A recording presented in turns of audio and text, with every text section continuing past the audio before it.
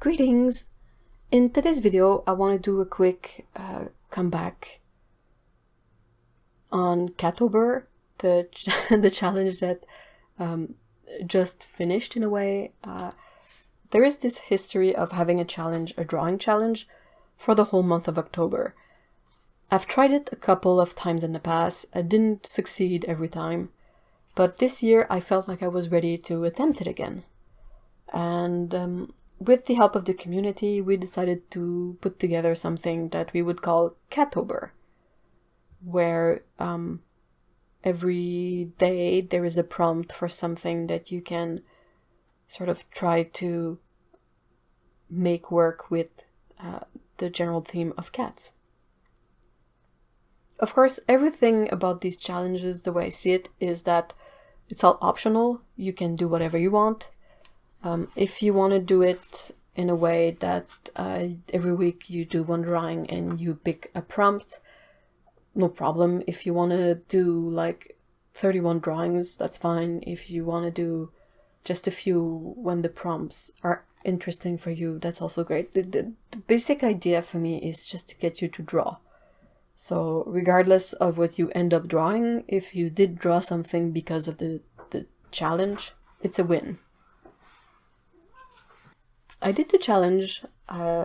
We set up 2 lists of prompts, one that was related to cats specifically and one that was just a bunch of random words. And you could either pick from one of the 2 lists, pick just one list, or combine the prompts. I decided to combine the prompts and ended up with this little stack of drawings. They're not very big. There's a reason for that. Every square is about 4 inches by 4 inches. So that's my Catober drawings.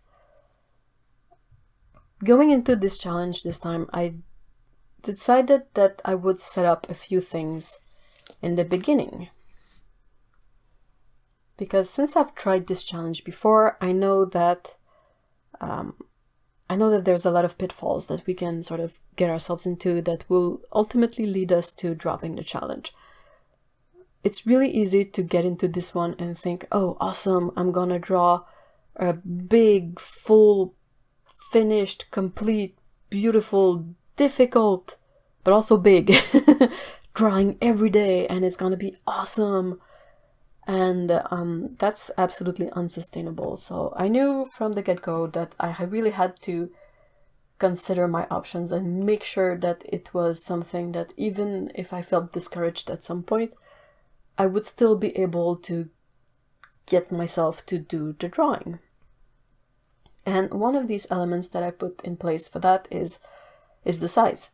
Because I told myself, even if I am really uninspired and really can't make it work, I can just tell myself, well, it's small. You don't have a lot to cover, so just figure it out, put something on there, and call it a day. The other thing that I sort of decided to do is that I know from previous years that I am no good if I try to do the drawings daily. What works for me is to do batches. So I will prepare 4, 5, 6 paintings all at once, do them, and then have a few days where my brain recovers. And then I do another batch, a few days of recovering, and batch and recover, and batch and recover. So those 2 things, the size and to do the drawings in batch, were the 2 elements I knew I had to have in there. For the rest, in terms of materials and all that, I went with a mix of familiar supplies and then tried to have a couple of new things in there so that I put this challenge to the best of use by having it teach me a new way to work or how to include other supplies in my work. So I'll get my supplies. I went with Arches paper. So this specific one that I would just cut into squares like this. I know it's not everyone who enjoys Arches paper, but it's been fine for me. It works for me. So I was like, okay, this is good. This is what I want.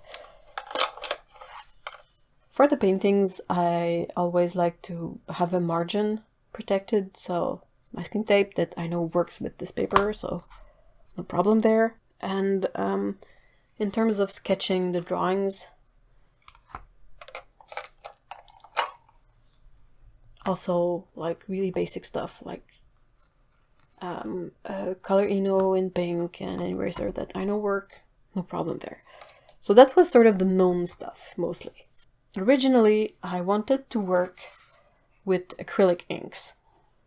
If you look at my first painting, this one,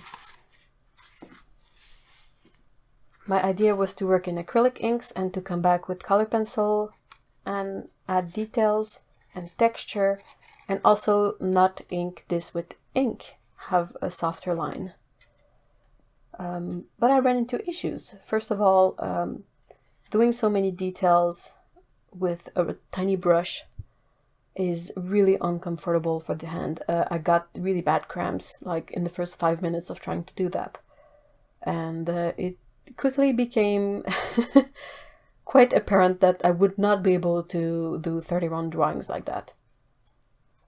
So I was a bit discouraged after that because I didn't quite know how to deal with this and where to take my challenge to. Like, how can I fix this?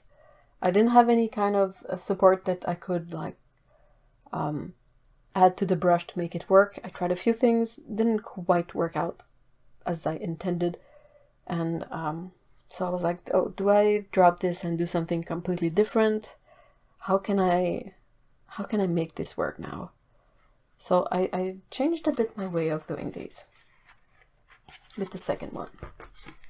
For this one, I did my sketch in this combo pencil, nothing special there, but I thought I would sort of trace the ink with this pit oil-based pencil from Faber-Castell. My thought was that since it's oil-based, it should be somewhat waterproof, so I will be able to like outline my drawing, clean up the sketch, and then add a watercolor wash to give it a basic color. And then when it's dry, another layer of watercolors if I want to define some things more clearly. And then when that's dry again, I could go in with the color pencil and add the texture and the details I wanted. For the watercolor, I used this really familiar set. It's my Schmincke sort of 24 but 26 but modified palette that I know really well. I know the colors, I know like this palette, so that was not something I had to learn through the process of making these paintings. I also use a bit of white gouache, perhaps not on this one, but on later drawings. Also something that I'm quite familiar with. It's M. Graham's titanium white gouache. For painting the first wash and then the second wash, I use new brushes. So yeah, it's not exactly a big new thing to learn, but ever since I saw Lindsay the Frugal Crafter use these mimic brushes that are fake squirrel, I really wanted to try them, but there's literally no way to get them in Canada, except if some really awesome people from your community let you like send you some. So yeah, so new thing, yeah, things I know, older things, and also the color pencils I have. They were mostly vintage one from Laurentien, which used to be locally made and available here when I was a younger kid. And the really, really old ones I have that used to be my aunt's are in English. It's Laurentien, but yeah, Laurentien. I made a video on these if you're curious. I also used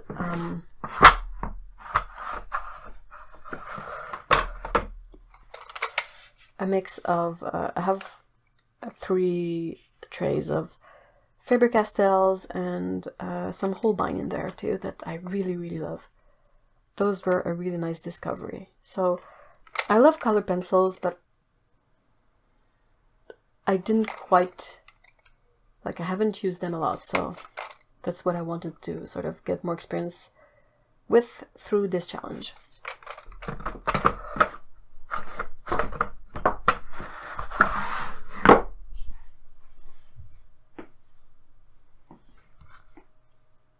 So those are my 2 drawings. After that I had a direction and I went on and made all the other drawings.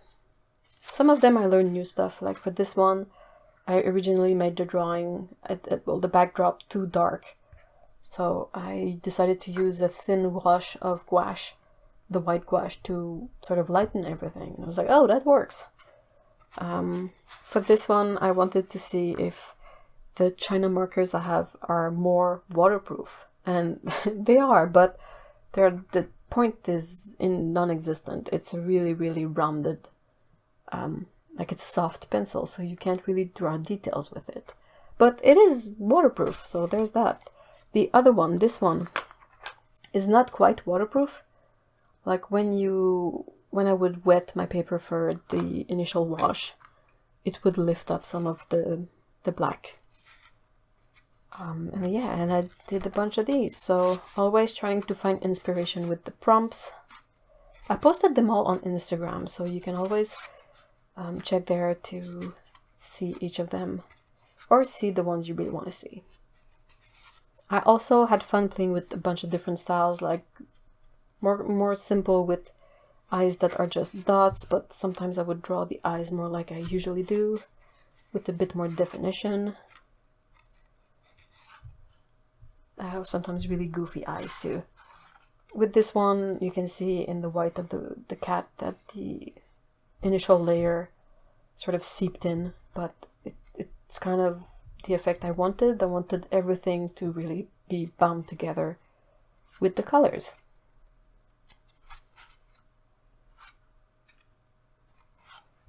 Of course, they're not all good. I mean, some of them I really like, some of them I find less successful in my opinion, but that was to be expected. That's kind of the point of the challenge. Sometimes you figure something out by doing it well, and sometimes you figure something out by not being successful at it. And yeah, so I managed to do 31 drawings, which was my goal, so I'm really happy with that. And it makes for a really unified and really like nicely thematic bundle of drawings that you can then decide to put in a tiny booklet format or made available as a PDF. Like, it's something that you can build on after, since it's a cohesive thing that is meant sort of to be considered as a whole, not necessarily as separate elements. Anyway, just putting them back in order here, and I was a bit surprised when I was sharing these through the month that I think some people maybe thought that the texture was from granulating paint, but it's exclusively, well, almost exclusively from the texture of the paper and using colored pencils on them, on the paper. So it's cold pressed paper, so whenever you brush with a colored pencil, it will pick up this texture.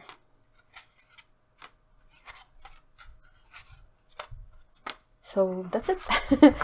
That's my Catober challenge for 2020. I don't know if you guys have any questions. You can feel free to ask them in the description below. I also wanted to mention quickly that my boyfriend, Mr. E, also does the October challenge almost every year. And I thought it was fun that this year he he made use of a supply that came from me directly. I don't know if you guys remember these brush markers from Altnew that I did a video on these. They're a lot of fun, and Mr. E ended up using these to add colors to his drawings for the challenge. which I thought was really awesome. I mean, it's probably not exactly what they had in mind when they created these, but it was really fun to see them used in this way. I'll have a link to his Instagram account in the description if you want to check it out. But you never know. You literally never know. So that's it for my Catober challenge. I would like to thank everyone who took part in it for giving it a try. It was really fun to do it with other people and to get to see what how you made use of these prompts and or other prompts, or just like, it's always so motivating in this time of the year when all the challenges for October come out, to see what people do and how they work out the prompts, and it's a nice sort of marathon. And yeah, like I said, thank you everyone who from the community or from Instagram who decided to try my prompts. It was really fun to see, and I hope you guys had a great time.